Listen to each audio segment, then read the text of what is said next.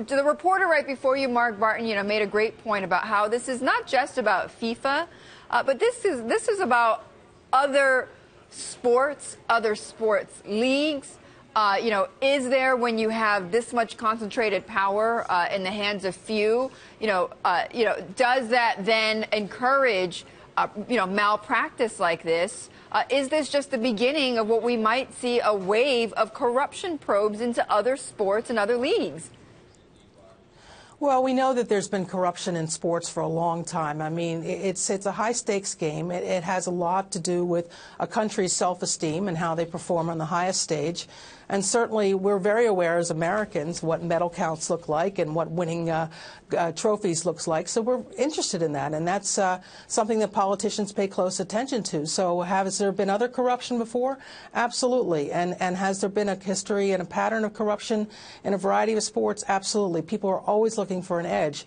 But I absolutely agree with your reporter on the ground. This is longer and larger than just the vote today.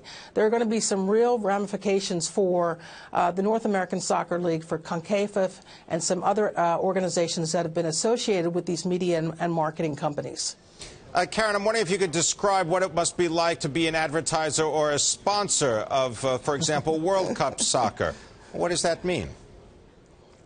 Well, right now, there are some folks who are projecting as much as a $1 billion loss in brand equity, brand value across the platform if, in fact, these sponsors stay with FIFA. And so that's a fundamental decision that sponsors are trying to decide right now. We know that FIFA already lost two major sponsors last summer in Sony and Emirates, and those companies made a decision that they just didn't want to be associated with this kind of behavior.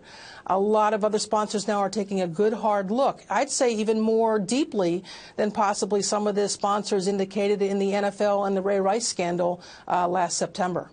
But, Karen, if this doesn't keep fans away, though, I mean, if attendance is going to continue to grow, right, with each World Cup, and football fever continues to grow around the world, I mean, eventually those sponsors are going to come back, right?